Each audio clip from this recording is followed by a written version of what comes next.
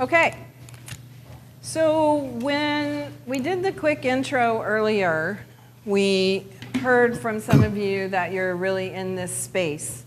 But part of what we want to do today is talk about a little bit about the future and kind of where the Southeast and Atlanta kind of fits into the, kind of what is the state of IA. So that's really the topic. But like I said, if there are questions you guys want to ask, I'm going to open it up for Q&A in a little bit. I'm going to get through a few things first, but please make this interactive, okay? Don't feel like just because we're up here, we're the only ones that talk. So let's go down the list real quick. I've got Daryl Orritt next to me. He is the Creative Director of Experience Design at Sapient Nitro. He leads the User Experience Design team in the Atlanta office. Next to him, I've got Joe Guthrie, who is a Digital Experience Architect with State Farm. He focuses on user experience, vision, and strategy across State Farm. And then on the end, we have Dick Hinneman, who's the Director of the Master's Program in HCI, Human-Computer Interaction, at the Georgia Institute of Technology, and he's a professor of the practice in the School of Interactive Computing. So what I'm going to do first is go down the row and let each one of them tell you themselves about their day jobs. So Daryl, you want to start out? Oh, sure.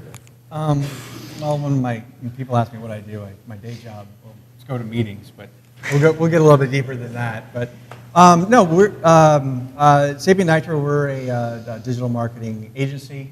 So my days are spent trying to help my clients handle their projects, and a lot of what we're doing today is really digitizing their businesses.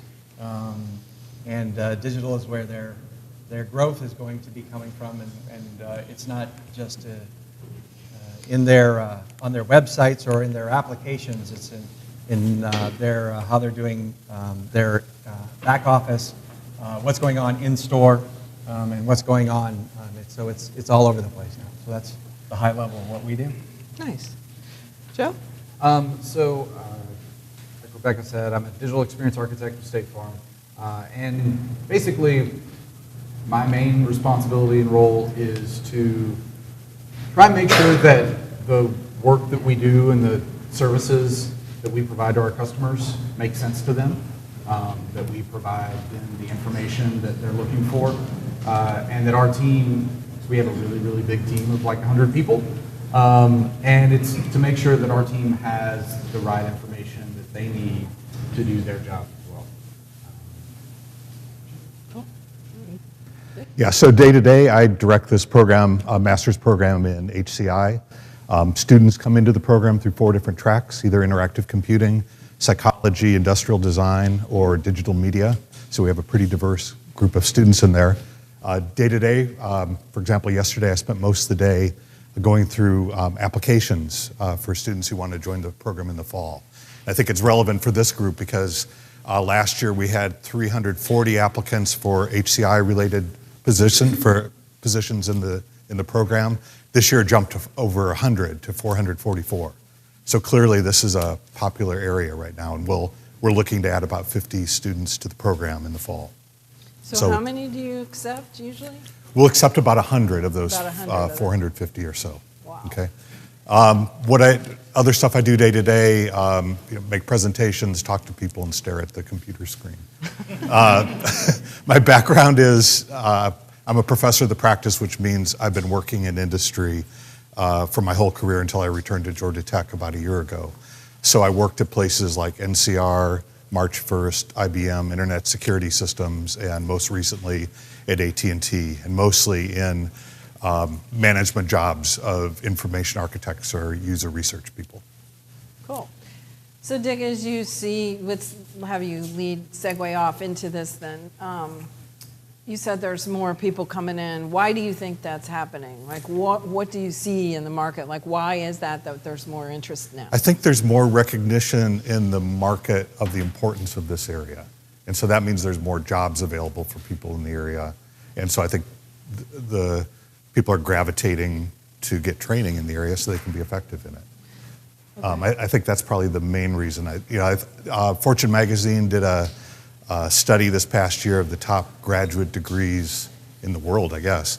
And the MS and HCI, that's not just at our school, but any school that's offering this, came out as number 4 out of all possible master's degrees. So it's, I think there's a recognition, and that was based on both long-term salary potential, along with one of their metrics was job satisfaction of people who are doing this. So I think the data are out there that supports good reason to get training in this area and for careers in this area.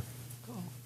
And so Joe, you mentioned State Farm has done a huge investment here in Georgia in a big practice of UX. Can you explain kind of why you guys did that and why it expanded, or why you see that growth there, importance to the company? I think historically, State Farm relied on external agencies. Can you guys hear him? Okay. I'll speak up. Okay. I think historically, State Farm relied on external agencies for a lot of the digital work. And so the switch to bring that all internally and build an organization is really just to serve our customers better, because we learn the culture. Each company has different cultures, whether it's AT&T or State Farm or whatever it is. We all have different cultures, and if, the more you build from within your organization, the better sense of culture and collaboration and coordination that you get. I have a question. So why did State Farm move to Atlanta? Because this, it's both you're gaining this function in State Farm, but you also moved from middle of cornfields in Illinois to here in Atlanta. So I think the goal was to diversify that staff in a lot of ways, right? It's harder to find people to build an organization and build it all in Bloomington. And so there are different hubs across the country now, and Atlanta is one. There's hubs in Texas and Arizona. And so it's just easier to bring people and find talent in Atlanta. Atlanta's a big city.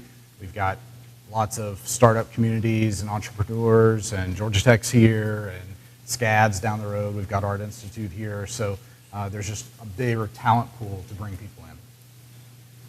Okay. And Daryl, how about you guys? I mean, CB Nitro has been around for a while. Have you seen more work that requires UX discipline and IA in particular? People, because I've been in, and I'm sure a lot of you guys have been in a situation where somebody wants to jump right to a comp. They really don't think the design comp. They really don't think what's underneath it. And then you go down a rat hole through, and there's too many clicks, but we've already built it, so it's too far. I mean, I'm not saying you guys do that. No. But I'm just saying, are you seeing more people that want to see the architecture side of it? Yeah. So, and our business has moved from traditionally, we were very big on the development side. And over the years, we've made commitment to the experience side. Early on, we purchased Studio Archetype, and that was for those of you who remember that, I don't see a lot of people that probably Look, Yumi does. Yeah, that's right. So it's been a long journey to get here, but yeah, we see this not only from our clients demanding it. We see it in a lot of our work comes through requests for proposals, RFPs, and you'll see that in the requests now, almost all the time. They'll want design, they'll want wireframes, they'll demand those kind of deliverables, and we also find that it's not where it used to be kind of an upfront thing where the user experience, the IA would happen in the first few weeks, months of the project, and then you would see it later. At some point, it would be maybe in testing, like what happened to my design. It's much more of a continuous process now. It's not just something that happens up front and then gets handed off. It's something that happens, as you said, as you find out more and more of what your requirements really are, of what the technology can do, right? Just because we can, the nice thing about being an IA, and I think one of the reasons why it's so popular, is that you're building a world that doesn't necessarily exist right now or yet. And so you're thinking big.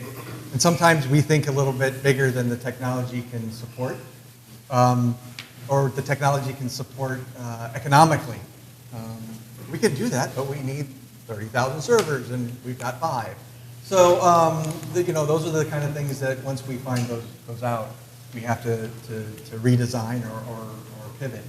And I think it's been, there's a realization that the design doesn't happen up front, it happens throughout the process. I think one of the underlying trends behind all this is there's more functionality in what we're building. So it isn't like when Tom and I were at March 1st, it was kind of doing online brochures, basically, a long time ago. But now there's a lot of functionality, and so to get that functionality right, you really have to have someone who's focused on understanding how to organize the pieces and how it should be represented on the screen, which was, before it used to be more about marketing, and now it's more about actually doing things. So I know when I was at AT&T, it was just there was a lot of job security there because there was so much stuff that had to be added to AT&T.com to enable that site to do all the things that the business wanted it to do.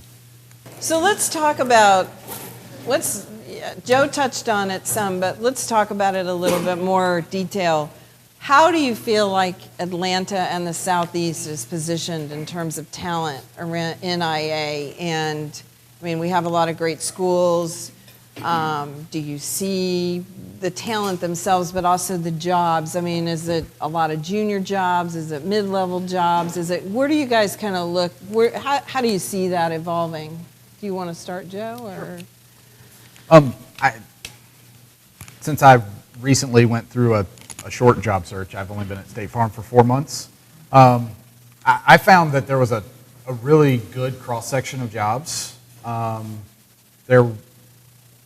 was primarily looking at senior level jobs, and there were a lot of those available.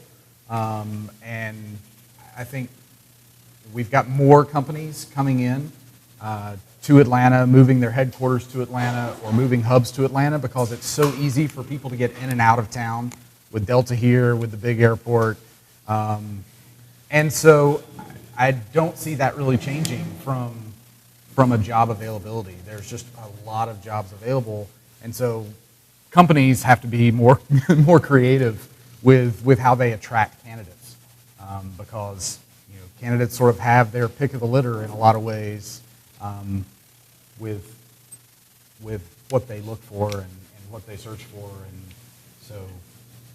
Yeah, I know there's probably a lot of people in the audience who wonder about the job situation, kind of where they're at, where they're going, because we've had the conversation, is this really a practice that you can grow, and I guess I'd like, maybe Dick, if you could take a whack at where do you see it in the corporation's kind of viewpoint? Is it, because sometimes you find IA in marketing, and sometimes you find it in tech, and sometimes you find it, in HR. I saw one company that had it in HR. So, I mean, like, where do you That was one of the things we talked about before, that like where IA is positioned and what exactly IAs do has a lot to do with the business context in which you're working.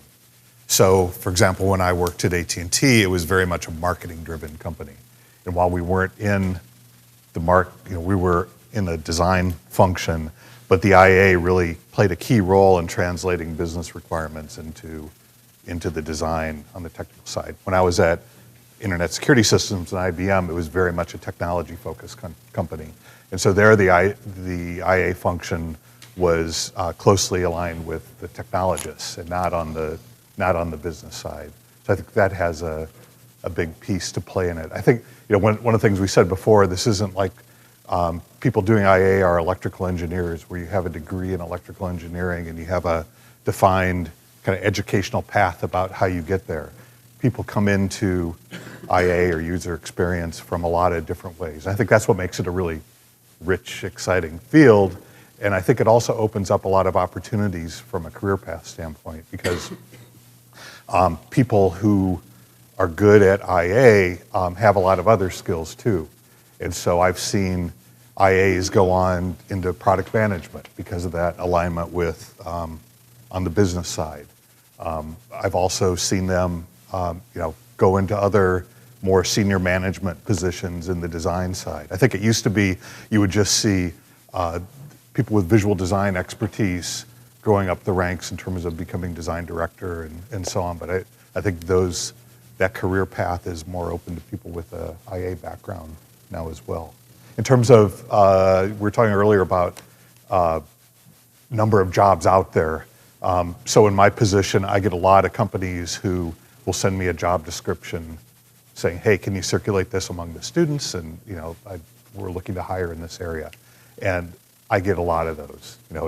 That's good. Yeah, there's a ton of job opportunities. Well, another thing that comes to mind is the Atlanta market.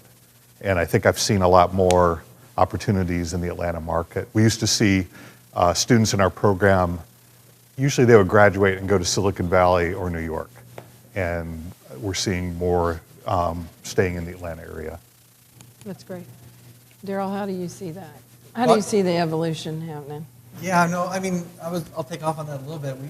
We actually have seen, there's a lot of, from my end, there's a lot of jobs in Atlanta. I know that because when I make offers, that person always has 2 or 3 other offers that they're dealing with.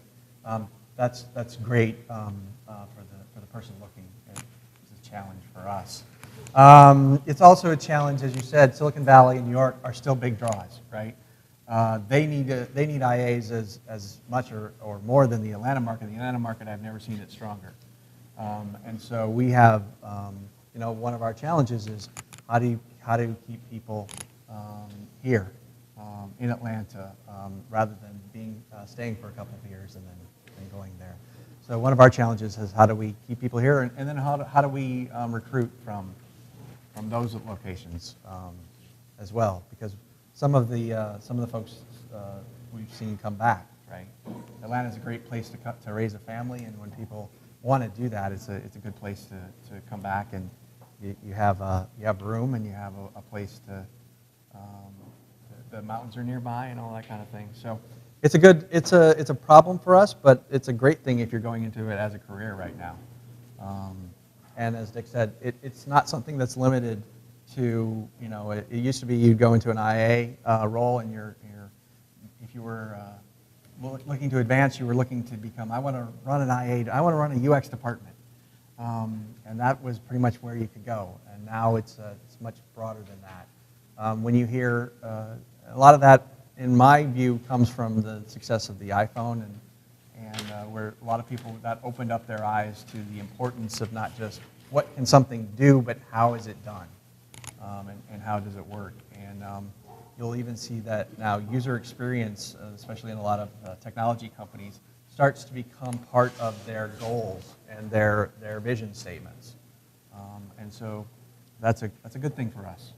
Yeah, at AT&T, we were, every year they do what are the top 10 goals of the company, and UX was always, while I was there, always one of those top 10. Sorry. Yeah, I think to Daryl's point too, as people that are in other disciplines, they're able to move into IA and user experience, and they're able to develop those skills. The same, we're able to develop broader skills and move out into, like you said, product management, and that just better spreads that expertise across organizations, and ultimately that leads to better products and services for customers and users, because you get that growth of user experience ideas and information ideas across the enterprise instead of siloed within this little design team or within this little UX department. Yeah, you start getting in these conversations with people that have that background now, and instead of having conversations with technical developers about can I do it, it's like they're now arguing with me about is it the right user experience. And as frustrating as sometimes that can be, that is the right conversation to be having. And we're having those conversations. I'm seeing those conversations a lot more than, do you really need that? Do we really have to do that? And so it's being, not only is it good for us, but it's pushing other disciplines that we work with. So, having said all that, you still, in very few companies, would see a chief experience officer at the C level. The few I mean, Yep. I get to call myself that, but I have my own company, so. But I mean, that, like, to get that strategic about the experience. Yeah, everybody puts it on their list, but like you said, the person who's actually delivering is probably 3 or 4 people down the food chain. So do you see it evolving into a more, senior strategic kind of thing as, the people in this room's careers start to evolve and there's, as you said, Dick, there's more functionality out there. How do you guys see that evolving? I think so. I think that in a lot of cases, organizations that focus on user experience and IA and design, they typically grow from the bottom up within organizations. And then you can only get so pervasive with that in a large organization. You can only go so far with that from the bottom up. And so you have to have that push from the top down. So you really need that executive experience and that executive level strategy and thought and spread to really become, to not just have that user experience as an item on your vision list as a company every year. To really meet that goal and to make that vision reality, you've got to have it coming from a top-down and a bottom-up. So I do see there's definitely a need for that, and I think slowly organizations are starting to realize that and go that direction too. Yeah, I've seen a big change. At AT&T, there's a vice president of design, which is really about user experience. IBM has much more of a focus on, they claim they're a design-led company, with senior people in design-related positions. Also at WorldPay, they've got here in town, there's Joe Kleinwachter is vice president of design and innovation. So there's definitely been a raising up of high-level opportunities for people with a design orientation. Cool. And even in my work now, we're seeing, it used to be when we would work with clients that we would be working with managers or directors, but more and more we're actually in rooms designing with, CMOs, CTOs, CIOs. We're at the C-level where this is becoming that important to their business that they don't give it to, a lower level manager to take forward. That they want to see it personally, be involved. So. That's a good trend. Did you have a question? So I would love to hear what your take is on the biggest threat to information architecture and user experience in the Southeast. What's the threat picture? We all we talk about the opportunities and the things that are good, but what are the issues? Like, what are you concerned about when you sit in your meetings with your internal teams? What are the issues about being in the Southeast? Can I answer it more broadly than the Southeast? I think this is just based on my experience in companies that have been moved to an agile development process. Agile was always a threat to being able to do user research and kind of exploration. This happened in a couple places where I work, where we had to really fight to establish ourselves as part of the process when we had been a part of the process before. So I think there is a role for UX and information architecture in Agile, but you got to work at that. Really. So I don't know that that's like a long-term, existential threat to the area.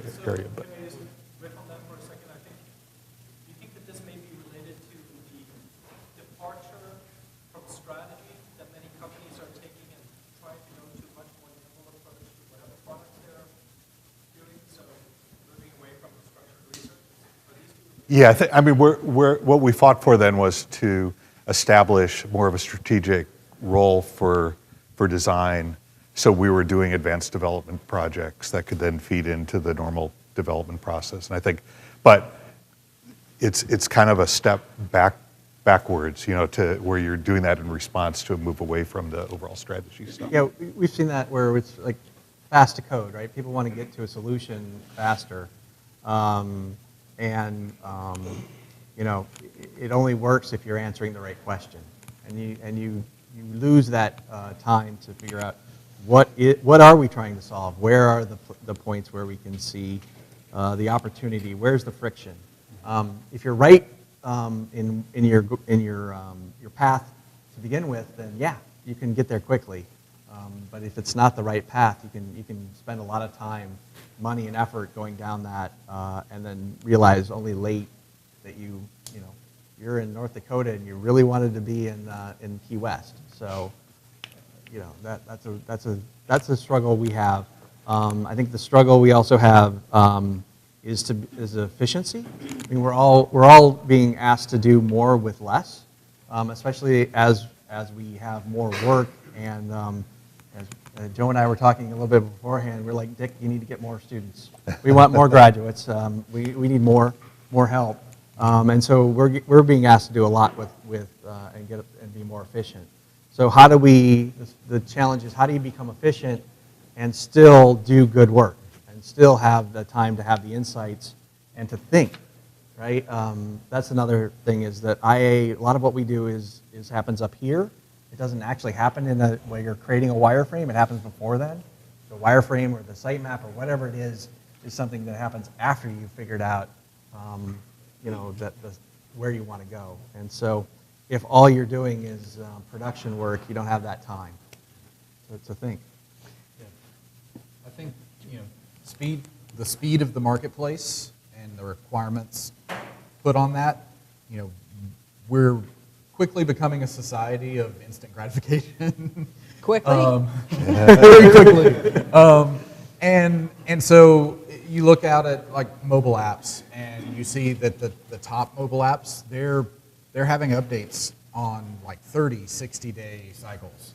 And that puts a huge onus on us to provide our inputs faster. And so we're more likely to miss on things. We're more likely to miss things that are coming down the road from a disruption standpoint. And so I think I see that as one of the bigger issues that we all face going forward, is still being able to look out into that 6-month, 1 year, 2 year, and see what we need to start taking into account now to meet those needs then. I've got another one. Maybe it isn't a threat, but I'm just going to say it. There's a lot of tools out there that make it really easy to do things. And so it's easy for people who may not have training in the area to do things with those tools that aren't necessarily the right way to go about doing things. So you can easily slap a website together that may be really bad. Nobody's ever done that. The flashification Yeah. of Yeah. Did you have a question?